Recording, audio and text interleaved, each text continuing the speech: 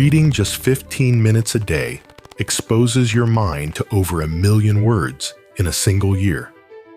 That volume equals about 20 full books absorbed in very short intervals. Every page read alters the structure of how your mind operates daily. When you read about someone overcoming an obstacle, your mind processes that information as a personal experience. The habit of reading acts directly on how you react to your routine and process the reality around you. If we could print out every thought you had last week, you'd be shocked by how repetitive they are.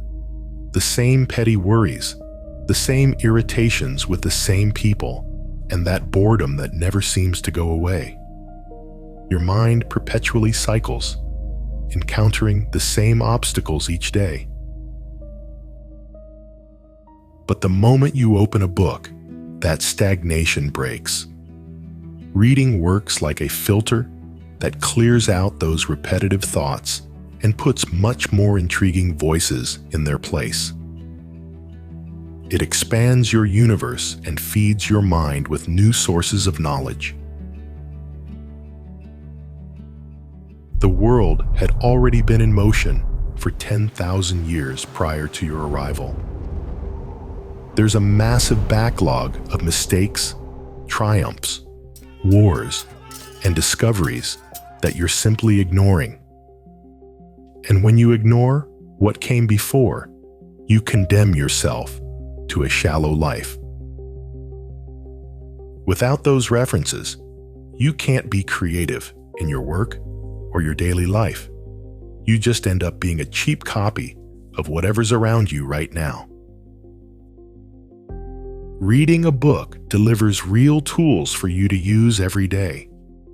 It's the fastest way to escape that cycle of repetition and finally expand your reality with new stories and experiences.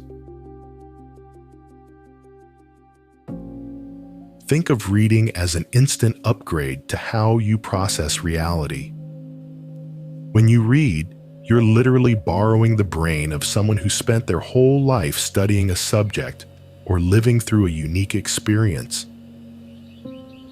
Imagine yourself in a challenging situation, filled with uncertainty about how to proceed.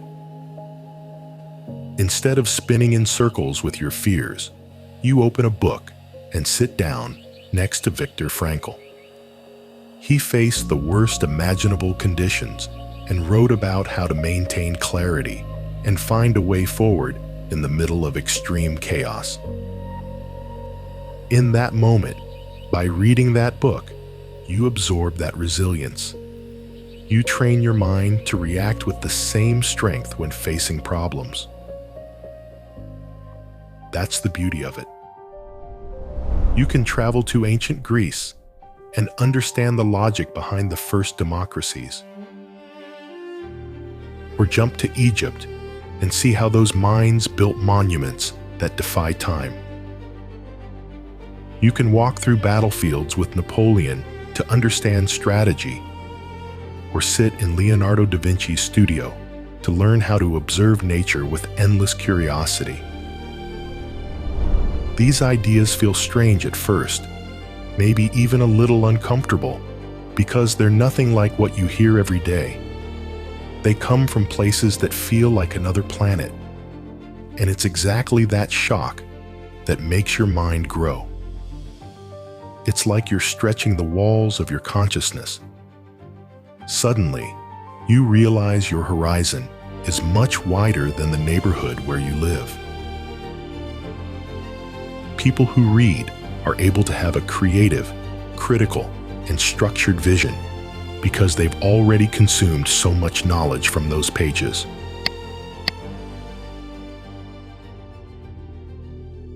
If you wish to transcend this mental staleness and truly broaden your horizons, I will guide you through 4 straightforward practices that you can begin immediately.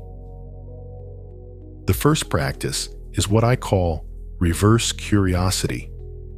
Rather than seeking recommendations from an intellectual's list, consider focusing on your current challenges. If you're struggling to deal with people, find someone who lived through that 2,000 years ago, like the Stoics. If you feel like life is dull, pick up a book about great explorers. When a book answers a pain you're feeling today, reading gains an immediate practical use. You read because you need that answer.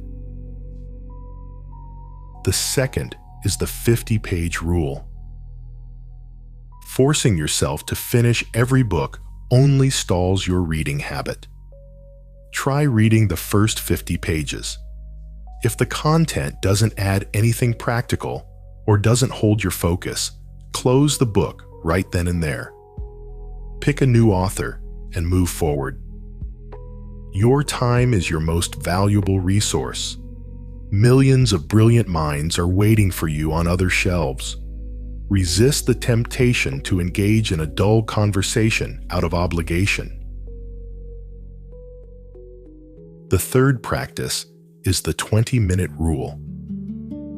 We spend about 2 hours a day consuming quick videos that our memory soon discards. Directing just 20 minutes of that time to a book changes the pace of your mind. Reading requires a continuous active effort. You have to process the information, create the images, and hold the context of the subject page by page. This daily exercise of focus trains your concentration and generates a mental clarity that you carry into the rest of your day. And the fourth practice is having a dialogue with the author. Treat reading as an active conversation. Mark up the book, take notes in the margins, and question the text. If you disagree with an idea, jot down your own perspective next to the paragraph.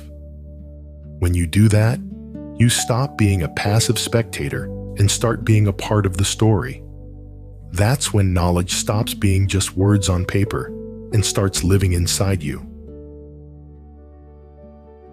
These 4 habits integrate reading directly into your routine.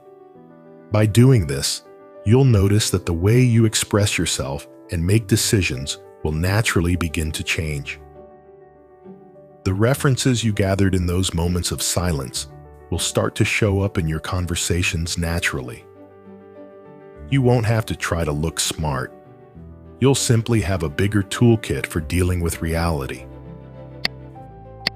Don't wait for the perfect moment or the perfect book. What matters is breaking this cycle of automatic thoughts right now. Opening a book invites you to delve deeper into its contents. You stop being just a product of your time and start owning your vision.